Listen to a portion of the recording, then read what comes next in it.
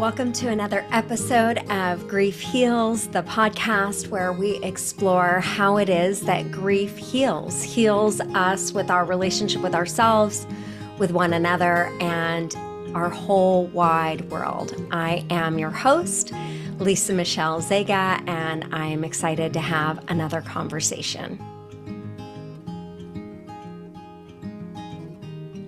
Hello, hello, hello. Welcome to another episode of Grief Heals. I am not sure exactly how the conversation is going to go today, but I do have an inspiration of how I'm going to enter the conversation because basically something happened. I had an interaction with another person on a trail recently. Then I wrote a little post about it, had some interaction with some people, and ooh, do you notice that? Feels like I am slurring my words. So maybe that's an invitation to slow down, return to yourself, Lisa Michelle. All right. So yeah, I was on a solo little hike this past weekend. I had an interaction with a gentleman, two men, but one primarily that was doing the talking. And it brought up some feels in me. And then I wrote about it and had some interactions with beautiful people on Facebook. And I think it's been causing me to reflect on some things. So I've got a certain way that I want to have the conversation today. But you know what prompted it is I was sitting outside and I'm just sitting on my little grass hill in front of my condo. And the perspective that I had, like I was sitting right at the edge, right by the sidewalk. And the reason I was doing that is because it was the one sunny spot, right? Otherwise, I would have been in the shade and I wanted to sit in the sun. And so I had this new perspective on the walkway, the way that I was sitting. And as I looked down, I could see this one tree, like big and bent over and growing in one direction. And then the tree that was closer to me, also about the same width of trunk and just kind of growing straight up. And then I could see to the left this row of thin, like the trunks, right? They were much smaller, thinner, younger. And then, and so I was just noticing this new perspective and feeling like, oh, wow, I have a perspective like looking at a forest in my own front yard. And then I began hearing the squirrels playing in the tree above me and then the tree to my left. And then I was noticing the birds and I was just feeling a deep connection to the life all around me. And then in the front of me, growing in the cracks of the sidewalk, were these tiny little plants. And I was considering this way in which we are all one. And then that there is a differentiation, right? Like on the one hand, I'm like, oh, look at the connection between me and all things. And then at the same time, I was noticing, oh, I'm also differentiating the bush in front of me from the sidewalk and the plants growing in between the cracks and the different plant life underneath the bushes and the differing trees and and so I was just experiencing the oneness and then also the individuality amidst the oneness. And that was like, and that in light of that, I began reflecting on the conversation that I had with Mike on the trail. So let me just catch you up and tell you what actually happened. I'm hiking alone. My dog had slept with our son, and so she wasn't around when I wanted to go on a hike, and I just left by myself. And I go out, and anytime I can hear people behind me, if they're close, I just sort of pull to the side and let them pass. And I'd been doing that, and I was really doing a slow, contemplative, like just really taking the time to pay attention to my surroundings. And at one point, I sat down and I was noticing this big ant, and it had like proportionately to the ant, it was like the same size, but it looked like it was turned around like like a stick in a dog's mouth. And I'm watching this ant and I was so curious, like where is the ant going? And what's it going to do with this stick in its mouth? And I watched for some time and just noticing how much, like, proportionate to its size, the vast distance that it traveled. And yet this other way in which I was like, I think I've sat with this ant for several minutes, and at this rate I don't know that I want to sit here long enough to discern where it is that this ant is going. And I noticed that I kept singing this song, The Rubber Tree Plant. What, guess what makes this little ant? You know the song, Think He Can Move That Rubber Tree Plant. Anyway, so then I'm higher up, and it's a very narrow part in the path, a lot of bushes and overgrowing the path, and just sort of making my way through. And I can hear these people coming up behind me, and then the closer they get, I recognize, okay, it's two men. They're speaking in another language. And it just wasn't an appropriate place to pull over to the side. And they were a ways behind me, but I could hear them fairly distinctly. So I sped up a little bit. And okay, so then when I come to a clearing, they've gotten closer, and I decide to pull to the side and let them pass. And one of them starts talking to me, and he's making jokes because now we're climbing this really steep, sort of sandy part of the mountain. And he's like, you should have sticks. Well, you can rent mine. And, he's telling me how much he would charge me, and I could only rent them for a couple of minutes because he really needs them. And I'm telling him, yeah, I have them. I have them in my car. And my hubby is always like, why don't you take those with you? And all the things. Anyway, so we're just sort of chit-chatting. And he keeps commenting on how young I am. And he lets me know that he's 77. And I let them pass now. Mike and Wong is the other gentleman's name. And they're walking in front of me. And he tells me that he's 77 and that he's, got some wisdom, and he's going to share it with me. And I had already heard, as they got closer, I heard them, even though they were speaking another language. At one point, he said, the sovereign God of the universe. And he just had said a few things in English that I could hear. So I was having a sense of, okay, this man is going to share with me about the Lord. And sure enough, that's what he was doing. And it kind of tickled me, right? Like, I'm leaning in and just recognizing I didn't choose who was going to be on the trail with me. I couldn't have, foreseen it or made it happen. And I was resting and kind of leaning into this idea of God has this conversation and these two people here specifically for me. And I noticed there was a bit of resistance within me, like, I don't know, maybe a foreshadowing of, okay, he's going to preach to me, and I could feel myself tugging. And I say that because there was this way which I was telling myself, Lisa, lean in.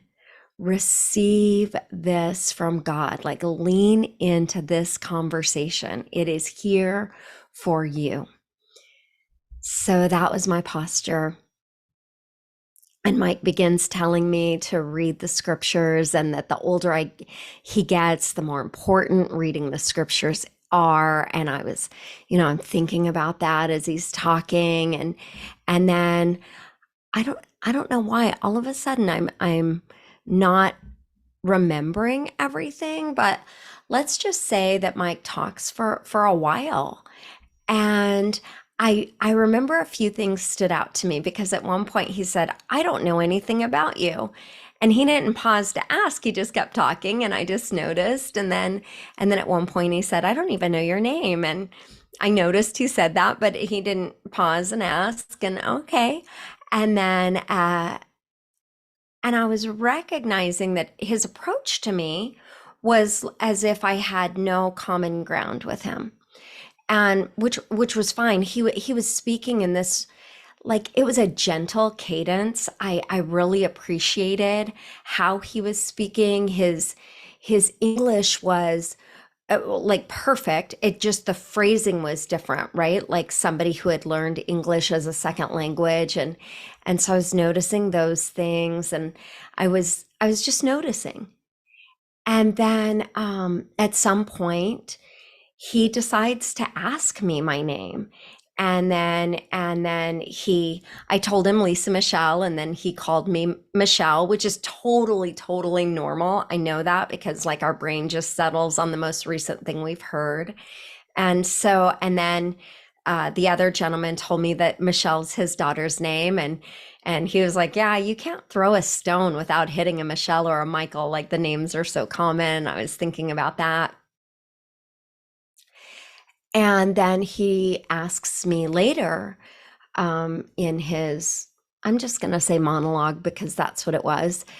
Um, he asks me, well, what's your religious background? Do you have any religious background? And I tell him that I met Jesus, was introduced to Jesus when I was 18 years old, and had these spiritual encounters prior to that, in my childhood. And then I told him that I went to Bible college and was in seminary with my first husband. And and then I tell him, he started talking again, and I don't know why, I just decided to continue my sentence. And he paused and made space for that. And I just said, honestly, at this stage of my life, I'm not totally sure like what my belief system is. Like what, like in other words, what are the doctrines that I'm assenting to? Because I recognized, and very similarly to the way that I learned American history in the school system, at some point I find out, oh, wait, wait a second, I just learned one version, one perspective on American history. And that's been the recognition I'm having in terms of church doctrine. Like I learned things like, for instance, the doctrine of the atonement. I learned it like, all right, this is the way it is. There's the church has only ever believed one way. And the doctrine of sanctification, like how it is that we come to be grow in our expression of our godlikeness.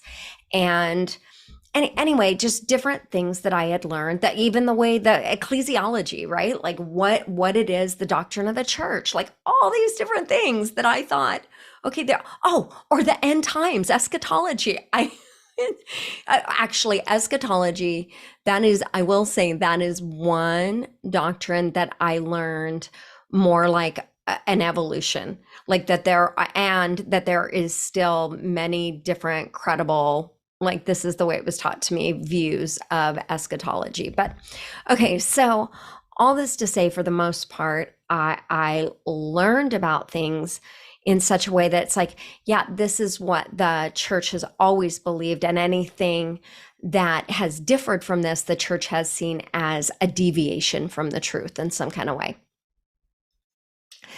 So that it turns out that's actually not the case. And and the more I've delved into that, the more it's caused me to question a lot of what I just absorbed as the way that it is, right? So anyway, I didn't talk that long. I just made an analogy. I said, yeah, in the same way that I learned church history, or pardon me, American history one way, and have come to find out that that is one perspective, the perspective of the victor, and not actually maybe even the truth in many cases. So I said, so I'm having a new look at my belief system. Oh, I know one of the things that stood out to me. Mike was telling me that, this is before he had gotten any information about me, but he was telling me that God loves unconditionally. That no matter what, there's nothing that I could have done or would do, but God's love is unconditional. So, right when I shared that I was questioning my belief system as it had been formed, all of a sudden he said, well, look, God is a God of love, but God is also a God of judgment. And I remember I felt a tightening in my chest. And that's when I really was like, okay, Lise, lean in. And I'm recognizing the tightness in my chest. And I experienced that as like a resistance, like a pulling away. And so essentially what I was doing is telling myself, hey, you are safe. You are safe to have this conversation. Lean in. And so that was what I was doing. And so he begins to tell me that, God is a God of judgment and that I would be held accountable and that no sin would go on. How did he say it?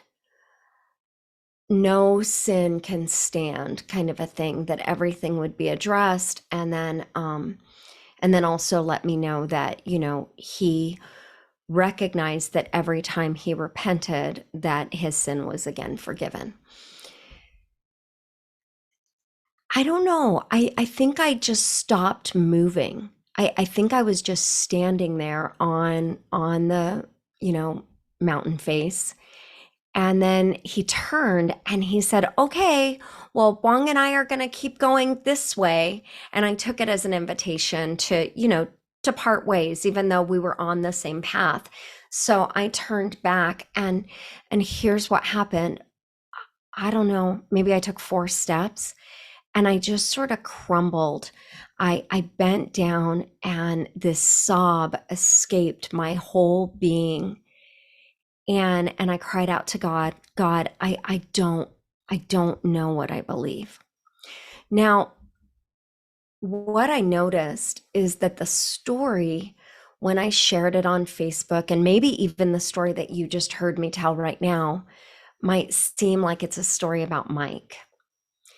And it's actually not. It's really, at least for me, it's a story for me to reflect on what happened inside me and to reflect on what's awakening in me, what opportunity there is. So that's the catalyst for today's podcast, is recognizing, like, how would I look at the story through the lens of like the intention and agreements we use at our campfires? How would I look at this story through the lens of us being one? And just like the trees I was talking about earlier, maybe, being one, being all connected, but seeing the trees, going in different directions, having different width, different, like not one good, bad, right or wrong, but just, okay, noticing the differences while at the same time appreciating the interconnectedness of myself and all beings. So the first thing that I find interesting is that what was happening inside me as I was slowing down, there was some sense of guardedness. There was some sense of like a part of me that felt like I was getting in trouble. There was a part of me that felt like I was doing something wrong. And I think the level of intention that it took for me to stay present and to continue to lean my body forward when inwardly I could feel myself wanting to lean backwards. When Mike and I sort of parted ways, I felt the weight of that. And I felt the weight of like maybe fear and sadness together. just releasing from my body as I let God know, and just stood before love, right? And said, I don't know. And there was a surrender happening in me. There was also something I noticed, like it was difficult. It was difficult to really slow down and be with what was. I don't even know if I could say it was difficult. I can just tell you what I did. I noticed, I watched myself speed my pace as I, traversed down the mountain.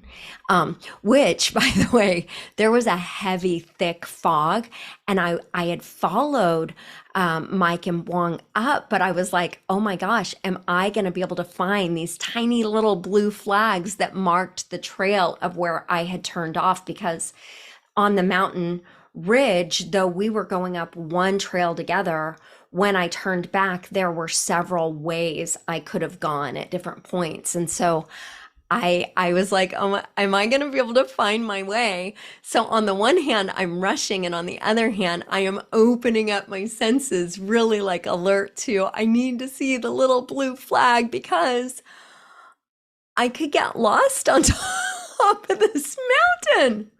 Okay, so that was happening.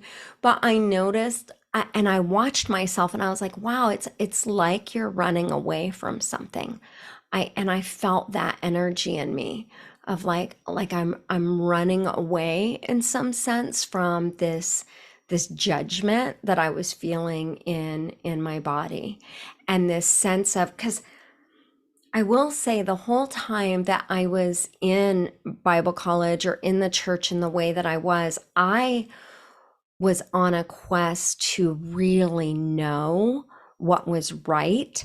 And I was in churches that quest to have the right theology, to really split hairs and argue it out, like that for me felt like salvation. Like it was all about, if I could know about God the right way, on the one hand, there was this unspoken promise that I would be like God, that I would be safe, but there was also an assertion, a spoken assertion, like that it was in the knowing of the right way that I would be saved.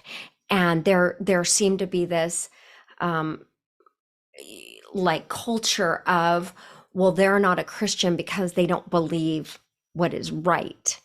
And, or they may not be a Christian because they are not believing the right doctrine the right way. And so there was a lot for me, there was a lot of energy invested in knowing God and knowing about God the right way, so that I would be safe from, judgment, the judgment of God. And so my level of fear, my level of wanting to escape down that mountain, I can have so much, I can have so much compassion on that part of me. And I think what was happening on the grass this morning is like, hey, love has me. I am connected to love. Like I really, really, really am safe in love's arms. I am being nurtured by love, that love made me, birthed me, is nurturing me, growing me, like leading me, that love is breathing me. So the way that I was thinking about this podcast is, I was like, all right, the intention that we use around our campfire in our healing circles, right, is that we're going to hold a neutral space, and we're going to hold a neutral space for the healing or the wholeness of ourselves, each other, and the world. And so to look at this story through a neutral lens, it's like, well, yeah, no, Mike wasn't wrong. He wasn't wrong in wanting to talk to me or share what was important to him, or he wasn't even wrong that he didn't ask my name or ask anything about me for that matter. And even that, I mean, at some point he did. So I don't want to negate that Mike did at some point ask about me, right? Um, okay. So neutral is just like, yeah, there was a man who talked to me and shared with me what was important to him. And I listened and I had my own experience while I was listening. And at some point, it was easier like to lean in, and that felt congruent in my body. And at another point, though my outward being is leaning in, there's something in my physical sensations that feel like they're moving in the opposite way. Okay, no problem. There's also the neutrality of, okay, I turn around and I experience some other powerful sensations in my body. I say some words out loud, um, and I take a faster pace down the mountain, right? Like that's just a neutral space. And in that neutral space where no one needs to be good or bad or right or wrong, I can kind of notice how I was responding and what some of the stories were that were coming up for me. And I can even notice that there was a part of me that, to make myself feel better, wanted to make Mike's approach wrong. Like, and I just noticed that, and I can even have compassion, so that it's not like a touchy feely, ooey gooey emotional sense. That's not what compassion is. Think of compassion like neutrality, like just noticing what is without the judgment around it. Okay, so that's all I'm seeking to do here, is to look at Mike through eyes of compassion, and to look at Lisa Michelle, through eyes of compassion, and just notice what went on there. So sitting in the grass and noticing the trees and hearing the squirrels and watching the squirrels eat their nuts, and listening to the birds and watching them fly from tree to tree, and just feeling in this connection with all things, while also noticing the separation or distinction, maybe, is the way I want to say it. Okay, that just I felt like it birthed a desire to look at what happened for me through that lens of oneness and neutrality. And then also to treat myself and Mike with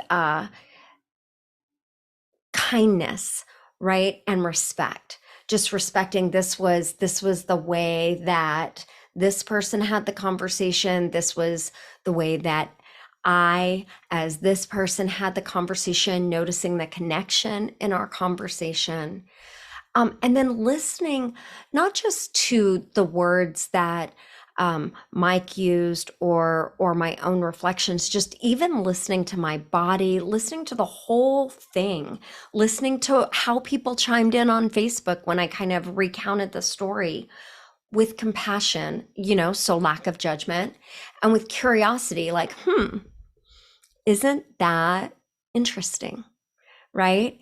And also to honor the unique ways. So, like, again, just thinking about sitting on my grass out in front of my house, and honoring the unique way of that larger bent tree, and then the large straight tree, and all the thinner trees lining the patios along the way, and just honoring and respecting that there's a unique way for each organism. There's a unique process even in our interconnection, and allowing not only Mike, his process, and the people on Facebook that commented, allowing their process, and also allowing Lisa Michelle her own process, without, and again, back to that neutral space, without anyone needing to be bad or wrong without the need to take sides, and yet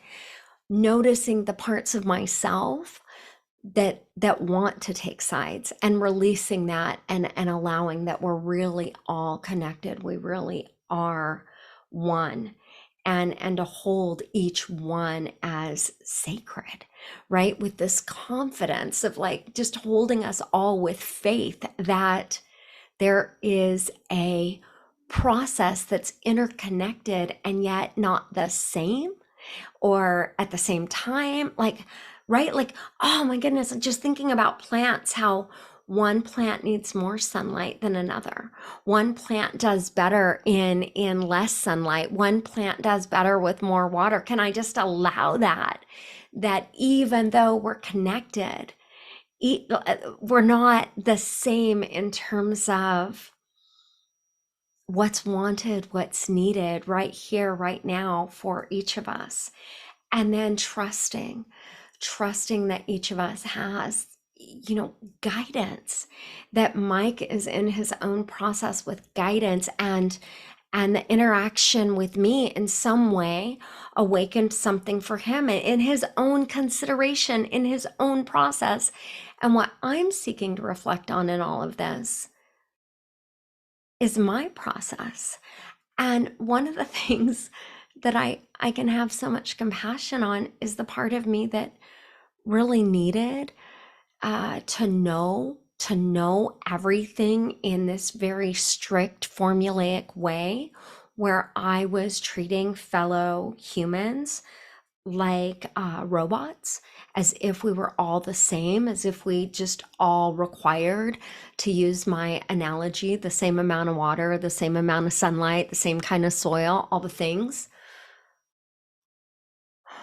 and how I mistreated my fellow man. Like, I can literally picture that plant metaphor, like drowning a plant in water, like, no, no, no, this is what I need, so this is what you need, right?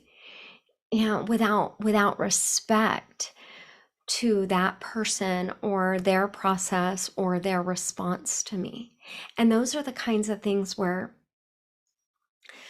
there is an ache in my heart sometimes upon recounting the way I was to other humans. But there's also this ache of recounting the parts of me that I was protecting in my certainty, in my level of being right, that these wounded parts of me, I am feeling so tender inside right now, recognizing that I was finding my way in how do I even want to say it? There was this stringent way that, okay, here, let me give you an example. Based on my belief system at the time, my Mima, who was diagnosed with terminal lung cancer, I was sharing the gospel with her as I knew it, as I believed it, and she was rejecting it. And in my belief system, she was going to hell. She was going to be tormented for all of eternity without end in a burning fire of God's wrath and judgment. And the worst part was, she would not know any experience of love because she was rejecting the God of love. Now, I adored my Mima, and I grew up with this picture of her, and I thought she was the most beautiful, beautiful, beautiful being, and I was the only one of her grandkids that had the same coloring as her, and I had this sense that I was going to grow up and look like her. And in my little child mind, she was like the most beautiful of women, more beautiful than any movie star. And I grew up in the sense that I'm going to look just like my Mima. And I took a lot of delight in that. And that's just one way that I adored my Mima, right? I mean, I would play dominoes with her as a little girl. She would help me to batter the catfish and roll the hush puppies. And, I just have, she would allow me to have coffee with her in the morning at her house that I adored my Mima. So when I had these thoughts that she was going to hell, here's what's weird. It didn't tear me up. And the reason it didn't tear me up is like I cloaked myself from myself in right doctrine. So I can remember my young 20-something-year-old self being like, well, it serves her right. She's rejecting the God of the Bible. So if she goes to hell, she goes to hell. And that right now, as 54-year-old me, am I 54 yet? I have this habit of jumping myself the next year. So I'll turn 53 and then I jump myself to 54. You guys, I'm not 54. I'm turning 54 this year. I'm just realizing, okay. But the woman I am today can look back on my 20-something-year-old self, 22-year-old self, I think it was, and realize, okay, you learned to stay away from your actual feelings. Your feelings felt so unsafe and unpredictable and chaotic and all the things. And you hid behind your version of the truth. And I did this before I ever entered the church, right? And I can have so much compassion on a kid that was conditioned that, hey, look, if you can know the right answer in school, then you can be accepted and you can be loved. If you can know the right answer in church, you can be accepted and you can be loved.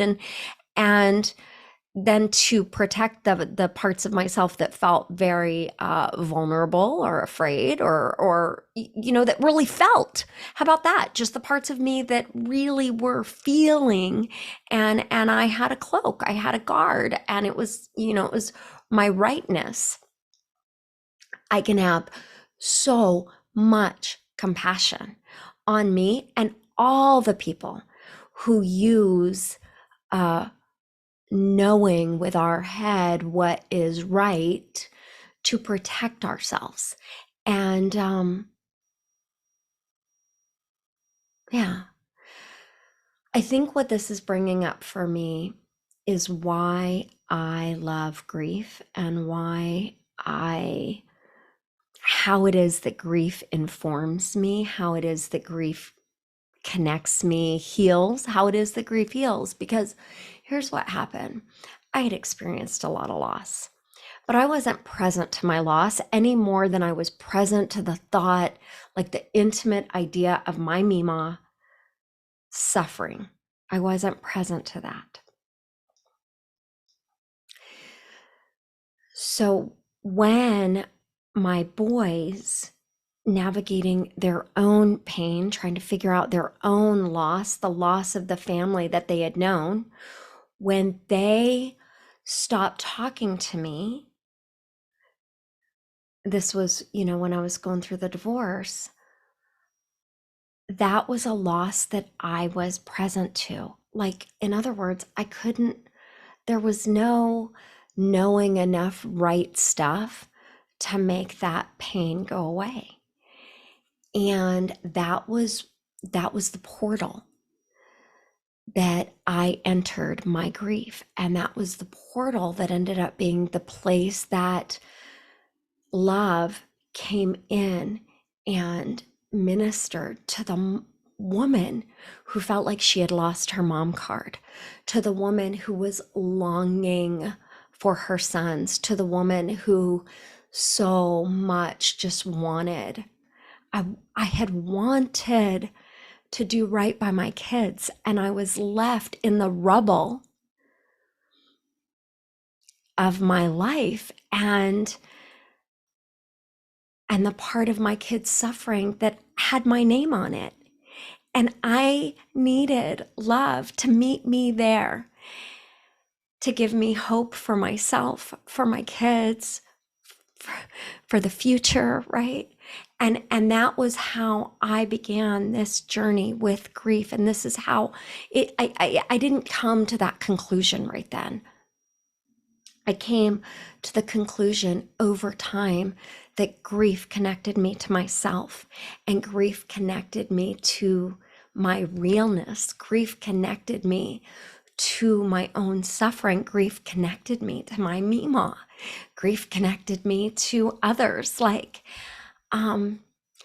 So if I were to try to come full circle, what I would say is the conversation with Mike was another way that I connected to myself, that I connected to the process, and still am connecting to myself, am connecting to the process, am connecting to other living beings, am connecting to our oneness and our separateness, to the uniqueness of each of our processes. Is that how I would say that? And how I'm connecting to my understanding that grief really does heal, that grief and love, that grief and joy, that they kiss, that they are connected on this one complete, beautiful circle. So maybe you'll take a breath with me, just inhaling in and exhaling. Maybe this time breathing in and exhaling with a sigh. So in through the nose, releasing with a sigh. One last time, inhaling, releasing with a sigh.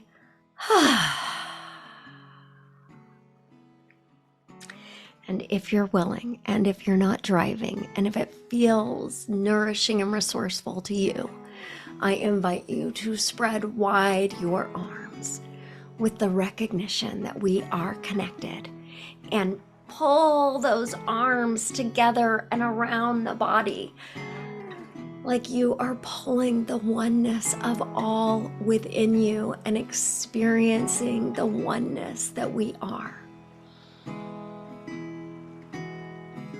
And thank you for being with me for another conversation, exploring together how it is that grief heals. All right, take care.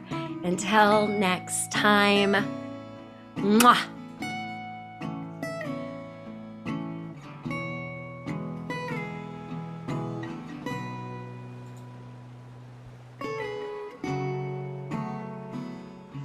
You've been listening to Grief Heals with Lisa Michelle Zega.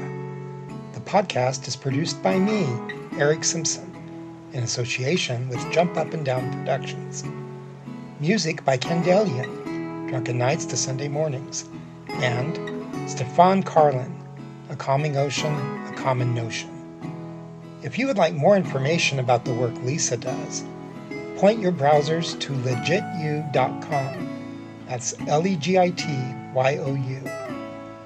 Lisa can also be reached at lisamichelle@legityou.com.